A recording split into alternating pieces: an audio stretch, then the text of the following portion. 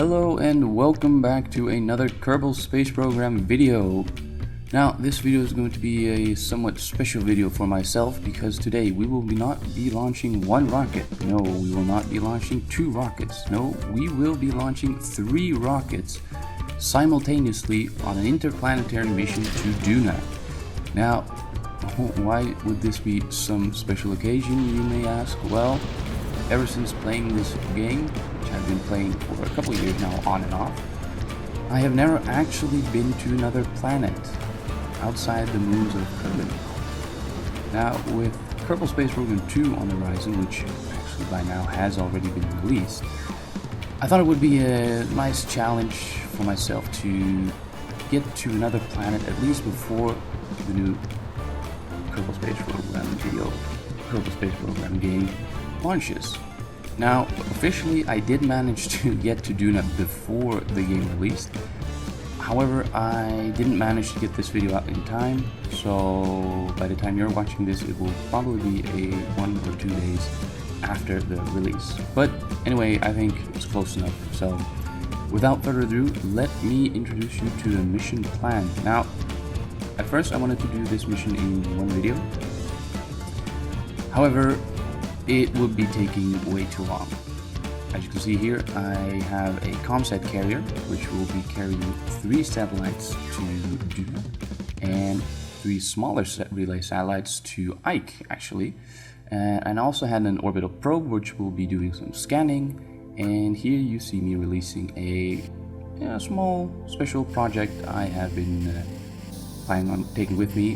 However, unfortunately, I didn't have any room on my lander vessel, which you will see coming up right here, which is a 3rd vessel actually. So I had to bring it up with the comsat carrier and dock with it in orbit. Anyway, as I was saying, this mission will unfortunately be split into 2 parts, 2 videos, because it will be taking way too much time, and I probably wouldn't have managed to land on Duna before the new game had launched. So yes, 2 videos.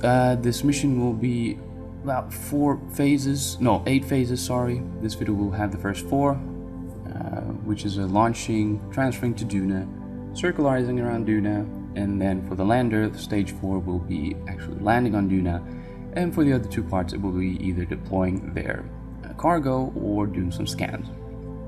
Now in the next video I will be continuing on this mission in stage 5, which will be doing some science on Duna and transferring the orbital probe as well as the comsat carrier over to Ike, and then deploying their cargo, launching the lander into Duna orbit again, transferring them all back to Kerbin, and then finally stage 8 will be landing again on Kerbin. So as you could have seen me doing a little bit in the background here, I started doing some mid-correction burns, if I'm correct. And yeah, I thought it would be nice to have some cinematic shots. So I will not be talking the entire video. I know I've been doing it almost the entire time since the beginning, but I have some nice little cinematic parts I'd like to just have you enjoy in all silence and all their glory. So, right, why 3 vessels to Duna? Well, it's actually part of the reason I've never been to another planet yet, because I don't really like the idea of, skipping hundreds of days just to get a transfer window and then skipping another 100 days to get to another planet. And actually what you saw me doing here, this lower stage actually got me further than I thought it would. So instead of leaving it in orbit on an escape trajectory, because it wouldn't actually have enough delta V to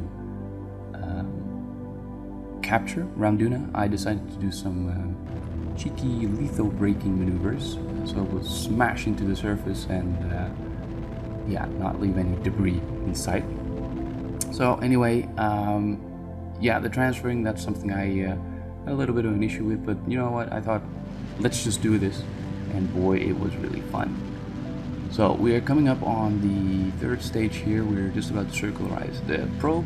Now, circularizing the lander was a bit tricky because it didn't have enough fuel, so I'll let you enjoy this one.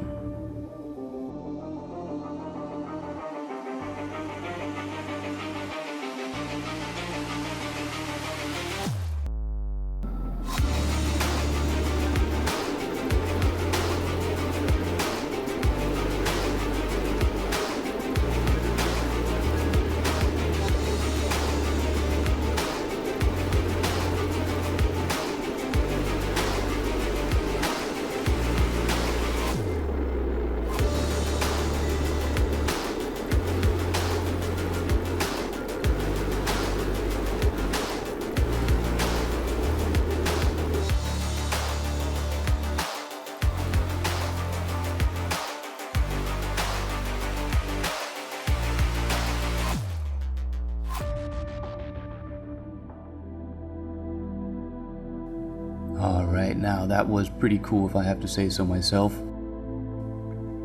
Some of you might say, well, that's not what you're supposed to be doing, you're supposed to use some heat shields, and while I certainly agree with you to some extent, you know, I had to make do with what I had. This was probably the best option. So yeah, did some aero capturing right there, did some small adjustments on apoapsis to raise my periapsis so it wouldn't be coming in again right after this orbit, because I wanted to kind of do some pinpointing as to where I would land. Right here you see me deploying the relay satellites. Now, I was lucky enough that during launch this vessel would actually reach Duna first, so kind of in a, you know, scientific way it would seem fit, because now you suddenly have communications back to Kerbin.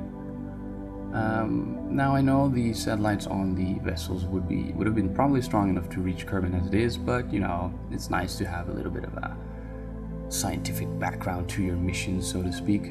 So anyway, I had 3 relay satellites. I placed my comsat carrier into resonant orbit, so that each orbit would mean it would advance 1/3 of an orbit of the relay satellites, meaning they would be equally spaced apart. Now, I went for an orbital period of around, I think it was 2 hours, instead of a fixed altitude, because that means that it would be a little bit easier, you know, if you have to adjust your orbit later on, because you then just have to aim for a 2-hour period instead of wondering if you were using a, I don't know, 600-kilometer orbit or 650, you know. So now we're on to almost the last part. We just have the orbital probe, which is doing its scanning duties right here to get some science data from Duna, and then the last part in this video will be landing our landing vessel onto the Duna surface. Now, I want you to enjoy this one to its fullest, so I will leave you at that. Enjoy the video and see you next time.